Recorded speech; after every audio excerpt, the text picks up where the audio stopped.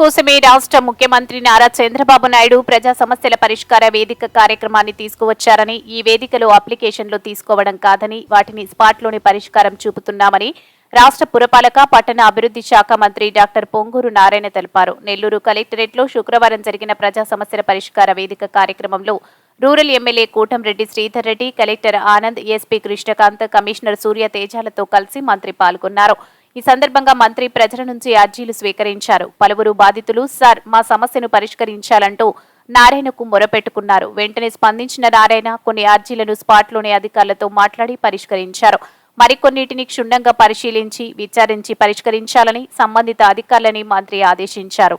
ఈరోజు నెల్లూరు కలెక్టరేట్లో grievance సెల్కి collector గారు, ఎస్పీ గారు, మున్సిపల్ కమిషనర్ గారు మరియు వాళ్ళ యొక్క సిబ్బంది అంతా ఉన్నారు. ఇప్పుడు దాదాపు ఒక 50 దాకా రిప్రజెంటేషన్స్ ఇచ్చారు.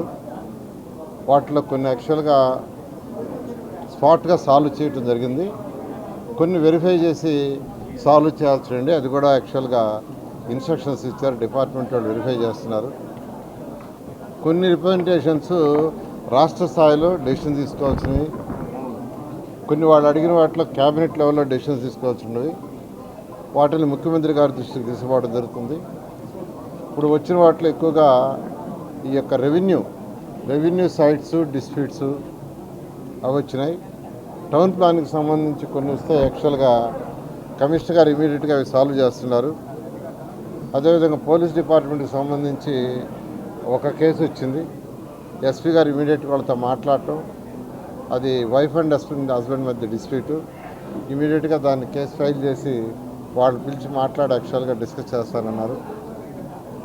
ఎక్కువగా వచ్చిన కేసులు రెవెన్యూ కేసులు అయితే ఇంకా దాదాపు చాలా మంది ఉన్నారు. ఇవాళ సాయంకాలం 4, 5 అయ్యేటట్టుగా ఉంది. అయినప్పటికీ ఎంతమంది వచ్చినా ఏదో ఊరికనే చెప్పి వదిలేయటం కాదు, రిప్రజెంటేషన్ తీసుకొని పంపించడం కాదు, వీలైనంత వరకు స్పాంటేనియస్గా కంప్లీట్ చేయాలన్నా.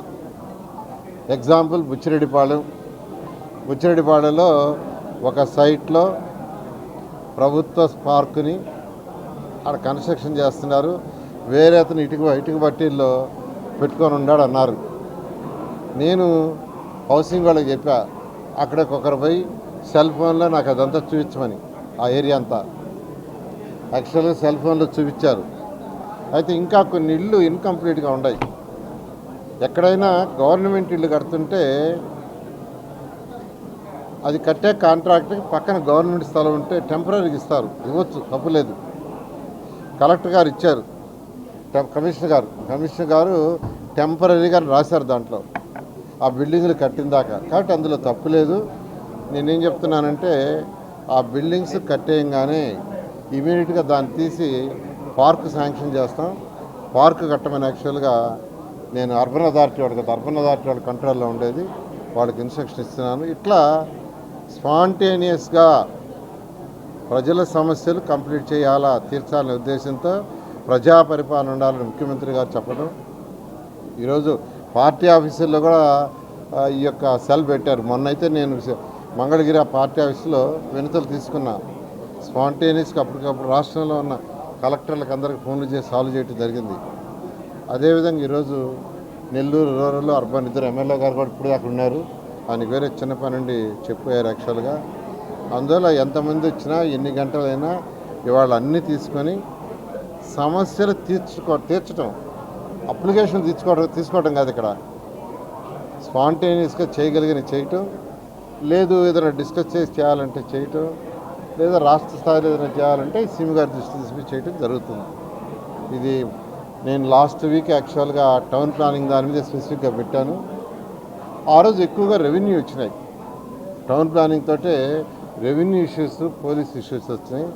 అందుకని ఈసారి కలెక్టర్ గారికి, పోలీస్ డిపార్ట్మెంట్కి కూడా చెప్పాను, మీరు కూడా ఉంటే స్పాంటేనియస్గా అవుతాను. వాళ్ళు కూడా ఉన్నారు. ఉన్నందువల్ల మెజారిటీ స్పాంటేనియస్గా తీసుకుంటున్నాం. దీనివల్ల ప్రజలకి సౌకర్యం. ఈ సిస్టమ్ని కంటిన్యూ చేస్తాం. 10 రోజులకు ఒకసారో 15 రోజులకు ఒకసారో ఈ సిస్టమ్ని ప్రజల సమస్యలను తీరేట్టుగా కంటిన్యూ చేయడం జరుగుతుంది. Thank you. అక్కడ మంత్రుల్ని యాక్చువల్గా చేయమని ముఖ్యమంత్రి గారు ఇచ్చారు.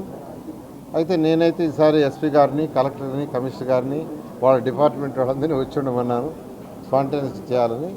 ఇదే విధంగా అన్ని జిల్లాల్లో కూడా చేయటం జరుగుతుంది. యాక్చువల్గా స్టడీ చేస్తున్న హౌసింగ్ డిపార్ట్మెంటు టిట్కో ఇళ్ళని టిట్కో కట్టింది, ఆ ఇళ్ళని హౌసింగ్ డిపార్ట్మెంట్ వాళ్ళు కట్టారు. మన ముఖ్యమంత్రి గారు రివ్యూ చేశారు, ఒకసారి అవన్నీ విజిట్ చేయమని మంత్రులకు ఆదేశించారు. అవి విజిట్ చేసి ఏం చేయాలి, ఎలా చేయాలనే దాని మీద త్వరలో డెసిషన్ తీసుకుంటాం.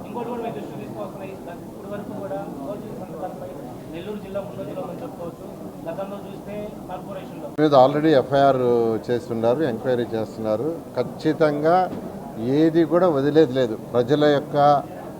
ప్రజల యొక్క సొమ్ము దుర్వినియోగం ఏది వదిలేదు. నాకు తణుకులైతే అది బాండ్స్, టీడీఆర్ బాండ్స్ 700 కోట్లు ఫ్రాడ్ చేశారు. దాని మీద ఆల్రెడీ ఎంక్వైరీ రిపోర్ట్ వచ్చింది, సీఎం గారికి పంపించున్నాను. సీఎం గారు దాని మీద ఫర్దర్గా ఇచ్చే డైరెక్షన్ బట్టి ముందుకు పోవడం జరిగింది. అదేవిధంగా నెల్లూరు లేఅవుట్లు కూడా మీరు చెప్పినట్టు ఆల్రెడీ ఒక ఎంక్వైరీ కమిటీ చేశాం. వాళ్ళు రిపోర్టు నిన్న యాక్చువల్గా సబ్మిట్ చేశారు, నేను ఇంకా చూడలేదు. ఆ రిపోర్ట్ తీసుకొని సీఎం గారితో మాట్లాడి చేయడం జరుగుతుంది.